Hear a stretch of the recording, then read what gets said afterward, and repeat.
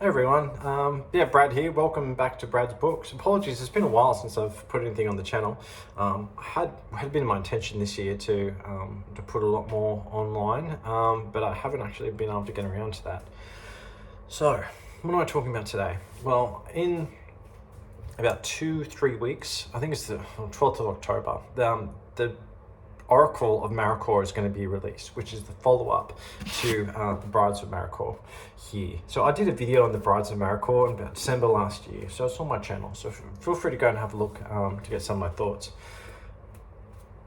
I am a massive fan of the Oz books. In particular, my favorite book, I believe, is Son of a Witch, because I really like the character of Lear, and I think I've made that clear a few times previously in other videos. So I was really surprised at the direction they went with Lear, with Trism and Candle, and then with Rain, and then in Out of Oz we said goodbye to Lear, and then Rain went out to sea with the Gregory, dropped it and just went out flying, and I thought that had been it. I didn't think we would get any more. So then last year I was out at sea during COVID, which made it difficult, and I just really needed something, just a little bit of escapism, and I got an email that Brides of Maracoor was coming out by Gregory Maguire. I'm like, that sounds interesting. Like, I'd love to read another one of his books. And then I saw there on the picture there's got Rain. So to have a chance to go back to that world, I was so excited. I just read it in about 1 or 2 days. I just really went through it. So I got that on. I bought that online, read it on my iPhone, and then I've got the book here. I've also got the audio book, which I'm listening to now, and I'm figuring out that I'm getting quite a few of the names wrong. So please forgive me for that, as I probably maintain to do that, because I'm the kind of person that I read it once, I get stuck in my head. I read a book. I think it was The Curious Incident of the Dog in the Nighttime, and I'm not very world wise, and I had this character in there who I thought was a lovely character named Siobhan, and then when I saw the stage play at the movies, I think that was like UK Theatre or something like that, Theatre Live, and it's Siobhan. Like, of course, okay, I was a bit embarrassed. I'll cover up my mug here. I've got a Child's Play mug, and no one probably wants to see that. Haunted Dolls. So I thought I'd talk about three things. One, I read the synopsis about what the Oracle of Maracoor is going to be about. Have a bit of a chat about that. Two, what I hope to read from it. Like, me personally, I'm a bit of a fanboy, so personally what I hope to see from it, and what I hope to get from it. And then three, about a really good interview that I just watched tonight, actually on YouTube, and it's Gregory Maguire, and it's the Something Players. I'm having a bit of a blank, but it's about, he did an interview, and I'll put it in the either the description or the comments below. I believe it's his hometown potentially, where he's done an interview about the Brides of Maracoor, and what I took from that, and what I thought about that. So just forgive me as I try and log into my iPad, and I'll have a bit of a read about what this new one's about. So this is the Oracle of Maracoor, fifth glare. The Oracle of Maracoor, the second in a trilogy called Another Day, continues the story of Elphaba's green-skinned granddaughter Rain. The strange land, Maracoor, across the ocean from Oz, is beset by an invading army. In the mayhem, Rain and Cozzy, a child felon, break out of prison. Is she a felon though? She got manipulated. Okay, anyway, we'll go with it. Yep. Break out of prison. Escaped by a few flying monkeys, they struggle to escape the city before it falls under siege. Their arresting officer, Lucicles, also retreats with his family to a highland redoubt. I don't know that. But safety eludes them all. Chaos thunders upon them in the form of warriors, refugees, and brigands. The very fabric of reality loosens, liberating creatures of myth and legend, huge blue wolves, harpies, giants made of the very landscape. Keeping by secrets known only to the most highly placed members of the royal court, Rain and her companions hunt for the fabled Oracle of Maracoor for guidance and soothsaying. Rain has to recover her forgotten past if she is to consider returning home. Cozy, the 10-year-old convicted of murder, must become visible to avoid being taken into custody again. Meanwhile, the Fist of Mara, an arcane artifact that renders all around it barren, hammers against human lives. If the reclusive oracle should spin a prophecy, might the desperate wicked years promise another day, one less perilous. Alrighty, so let's... Bit of a party going on outside. But this is a lot more exciting and entertaining to me. So, this sounds really interesting because I thought that Rain had started to get back some of her her memories, and that's what I'm really hoping for because I really like this book. Everything I say, I just have an asterisk next to it because I really want Leah, Trism, and Candle back in the whole book, and I'm sure that will come at some stage. And that's fine. And if that's the final chapter of the final book, so be it. I just hope that it's there because Leah does have some broomstick trees. Anyway, what have I got from that? So Maracoor is still getting overrun by that army. Very, very interesting there that... I'm assuming that you've read the first book. I think it's interesting there that Cozy... Society,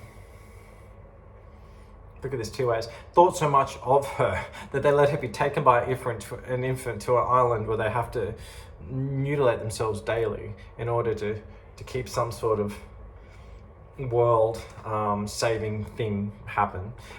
So they're just happy to abandon her to an island for the rest of her life. But now she's a victim of that system, and now she's back on the mainland being arrested for murder. I think it's just a bit unfortunate, and it's obviously what the book's looking to explore there, that a 10-year-old's getting convicted of murder when she's been raised on an island by 7 women who have authority and knowledge over her. So I think that's interesting there.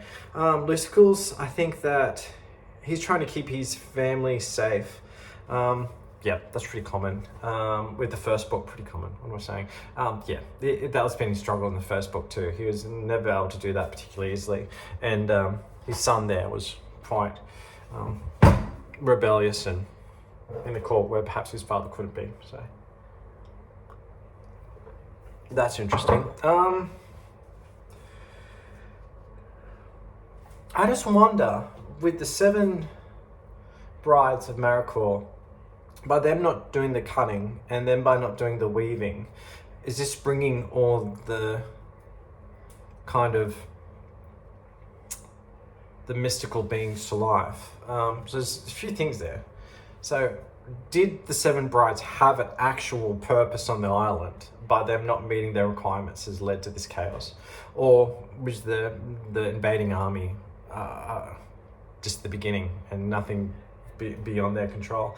But it's also interesting too, the idea of real magic coming in to the world where perhaps there was myth beforehand. We had the I think it was Mara. I saw a hand of Mara, but I think Mara was like the human who said they were a deity, but perhaps didn't display any sort of magical ability. But perhaps Rain, being an actual magical person coming into the world, perhaps Rain has brought this upon them. That's interesting. But there's an oracle, royal secrets, the Fist of Mara, an arcane artifact that renders all around it barren. So an oracle is going to really try and say what could happen. So even now, when there's physical attack and ruin and taking place, they're going to an oracle.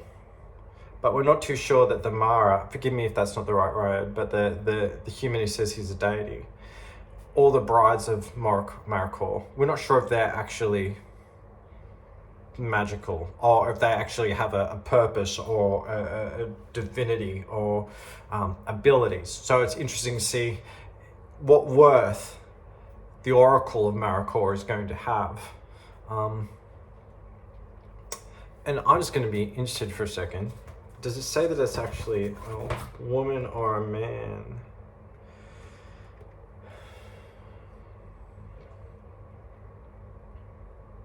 No. The only reason I bring that up is that I thought it was interesting that Lucicle's, his position of like authority and kind of control that he had over the brides. So it'll be interesting to see who the Oracle is. Because the Oracle, you kind of, I don't know, in my mind I'm always going to think that it's potentially a female. But no, okay. Interesting. I'm interested. I think it's good. Because Rain has Chestery. She has magic in her and around her. And she's trying to keep the young girl, Cozy, safe. I thought it was interesting. One of my favorite parts, sorry, this review's jumping left, right, and center. My favorite parts in Brides of Maracoor is when Cozy jumped off and the tornado, like kind of wind surrounded her, and then she we thought she was going to fly, but she didn't. I think that's when Tristram comes into it. Yeah, okay, cool. Do I think I'm going to see my favorite three? Candle, Trism, or Lear? Potentially not. I'd love to hear Lear kind of mentioned, or Candle. I'm not sure how much Trism would have to do with it. I'm so keen to get back to the world of Oz. So keen. But I already am. And this is what this book and the sequel is giving this glimpse into. So that's what I'd hope to see. I'd hope for a bit more information about what's happening in mainland Oz. Another thing too that I hadn't really thought about was whereas the wizard had arrived in Oz,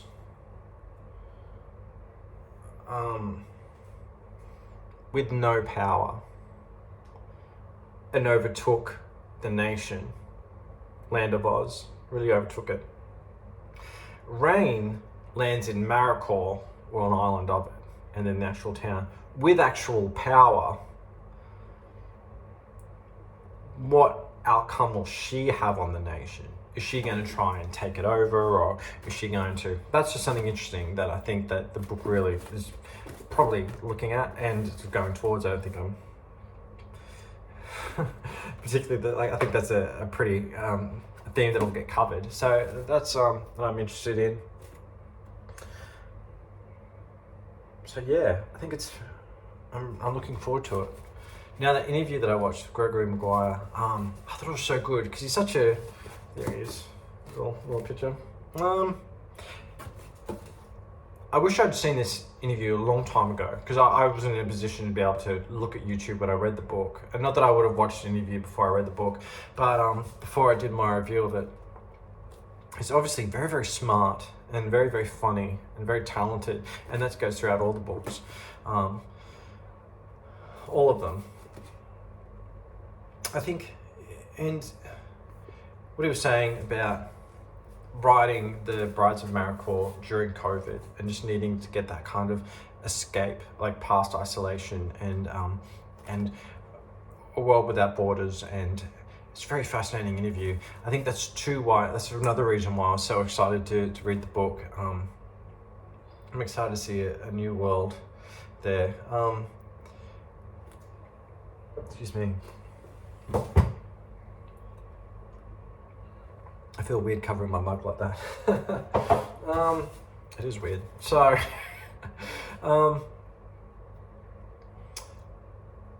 they spoke about things like false piety and whatnot, and I think that's what I think I did kind of touch upon when I read the book, but I just don't have the language to be able to speak about that sort of thing.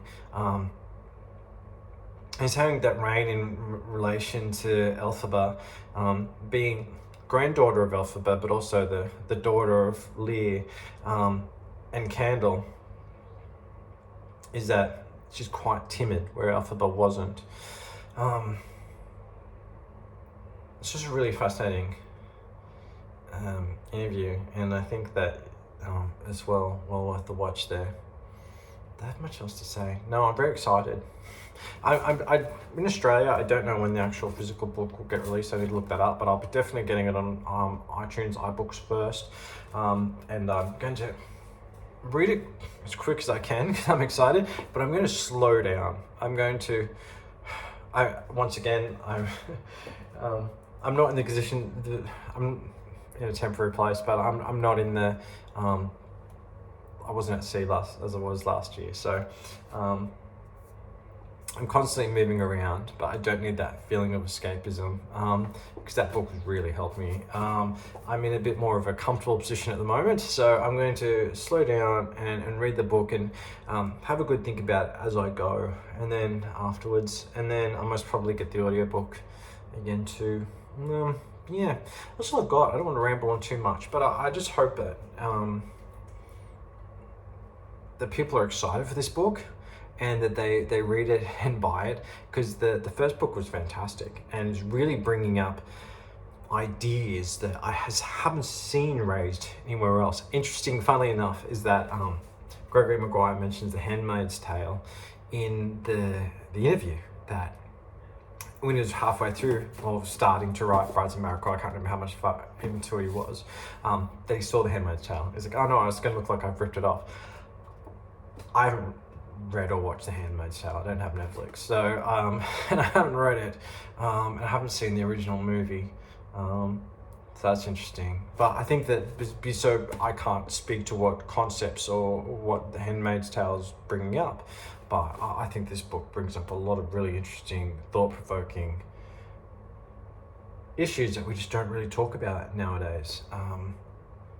So I think it's really enlightening, and I'm really excited about the second one. So if you're excited and if you know anything else about it, feel free to leave a comment for me below. But I cannot wait to I think it's the 11th or 12th of October when this book is released. I'm going to read it, I'm going to think about it, I'm going to do a review, and then I'm going to... Lucicles, bring the keys, free us please, Lucicles. Wow, they would say their old chant. There you go. I changed a little bit from there. And I'll be waiting for the third one, whatever that would be. And I hope that there's more, because I'm not ready to leave Oz. I think if out of Oz, Gregory Maguire was saying in that interview that was them saying, like, we're out of Oz now. Like, this is the last news out of Oz, and we're physically going out of Oz. I'm not ready for that to take place. So I'm glad that I've still got 33% of the last 3 books in my hand, and I've still got the 66 ready to go, and I know my maths wrong with that one. Anyways, I'm rambling. I'm Brad. Thanks for watching, and I'll talk to you later on. Bye.